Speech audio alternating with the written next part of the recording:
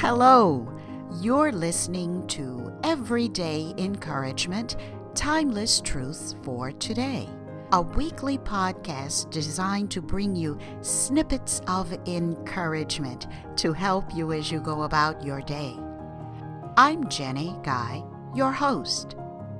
We have all kinds of devices to help us measure and use time. In one of his Psalms, David showed us that there are 3 types of time that operate in our lives.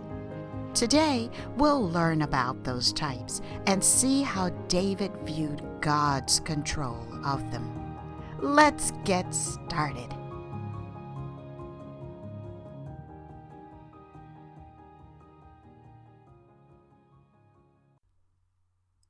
I'm too compulsive to wear a watch.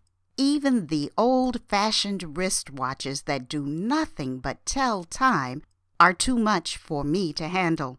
That's because whenever I wear a watch, I constantly check it. Even if I have looked at my watch less than 5 minutes ago, I will still check it again for the time. What am I thinking? What am I worried about? Am I concerned that perhaps time has speeded up and I have missed some minutes? Trying to outwit my compulsion, I switched to pocket watches, thinking that the extra effort to dig the watch out of my purse, because my clothes seldom had pockets on them, would slow down my constant time checking. That didn't work. Frustrated, I gave up on watches altogether.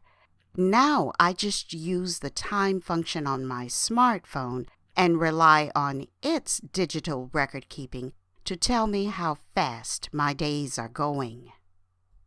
The Bible takes the long view of time, asking us to think about our souls within the context of eternity. But what about now?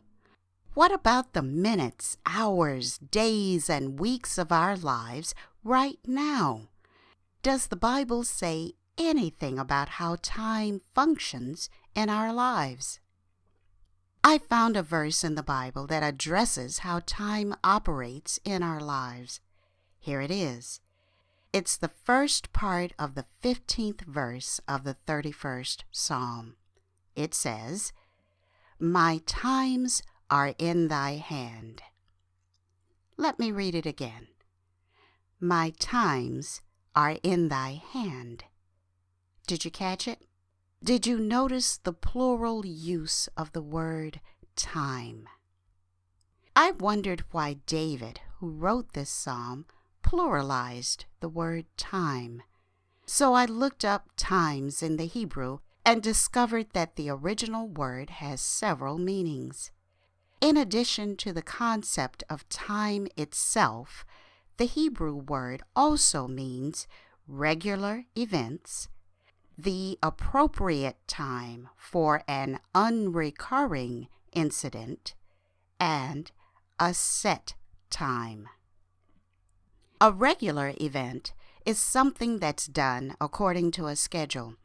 It could be weekly, like a piano lesson, or grocery shopping, or a worship service. It could be a monthly date night with a significant other. It could even be the dailiness of a job. You get the idea.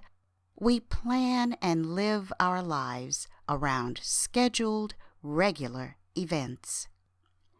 For the second definition, that of the appropriate time for an unrecurring incident, think about the birth of a child. The experience of pregnancy may be repeated and more than one child born into a family, but there will always be only one time of birth for each child. After that very special one-time occasion has happened, then the observance of each child's birth can become a regular event marked by a birthday celebration. Finally, there's the third definition, the set time.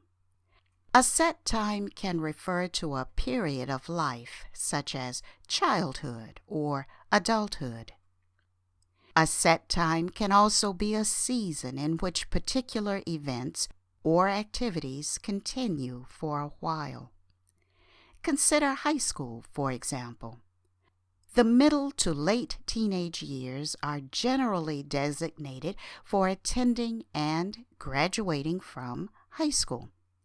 Of course, there are exceptions to this practice, such as the young geniuses who breeze through high school while their friends are still in elementary school. At the other end of the spectrum, there are those teenagers who, for whatever reason, finish high school later than their peers. Whether one graduates from high school early, late, or on time, those years are set aside as the season for acquiring the growth and learning needed for adulthood. I don't think we have too many issues with the first two kinds of time, regular events and special one-time events. I think it's that third kind of time, the set times, that can cause us problems. Unlike nature's seasons in which we can predict both their beginnings and endings with some accuracy, we don't always know when our seasons or set times will end. And that's where the problem comes in. We may know the beginning of a season, but we can't always tell when it will end. For example, if a set time is bringing us happiness, then we don't want that season to end too quickly.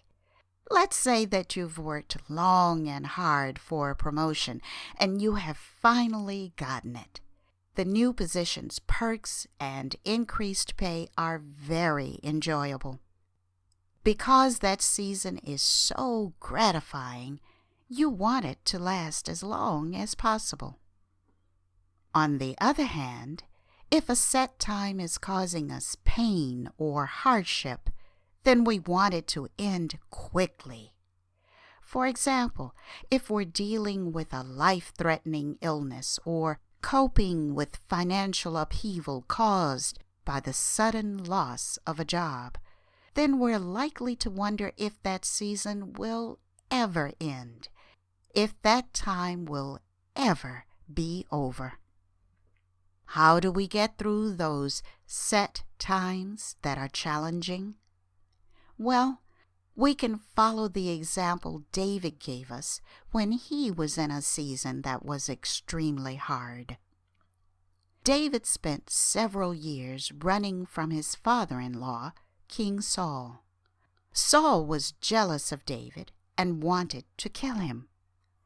During those years on the run, David learned to depend on God to deliver him from Saul's traps. God came through for David every time. Because of his confidence in God, David could boldly write, "My times are in thy hand."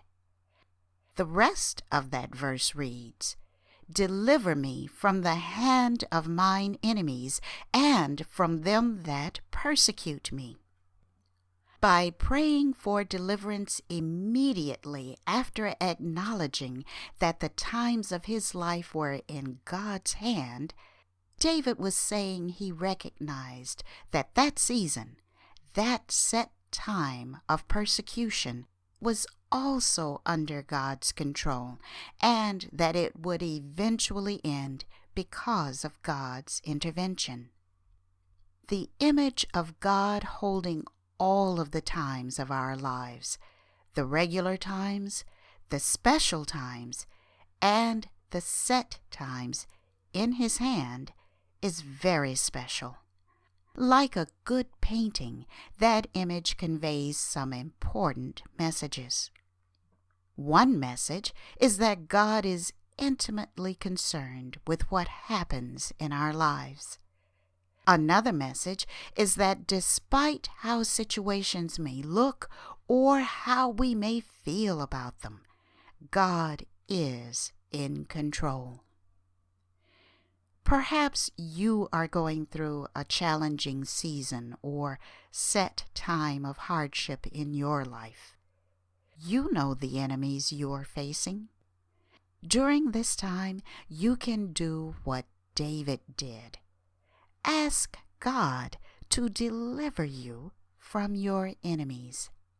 Ask God to intervene in your set time. He will.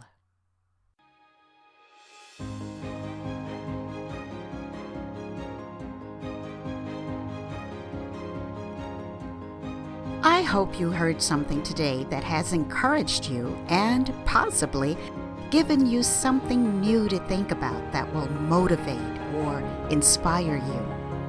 If you would like a PDF copy of the show notes for this episode of Everyday Encouragement, Timeless Truths for Today, visit my website at jguypublisher.com. New episodes are published each week on Wednesday. I hope you'll join me for another installment of Everyday Encouragement, Timeless Truths for Today. Well, that's it for now. Until next time, be encouraged.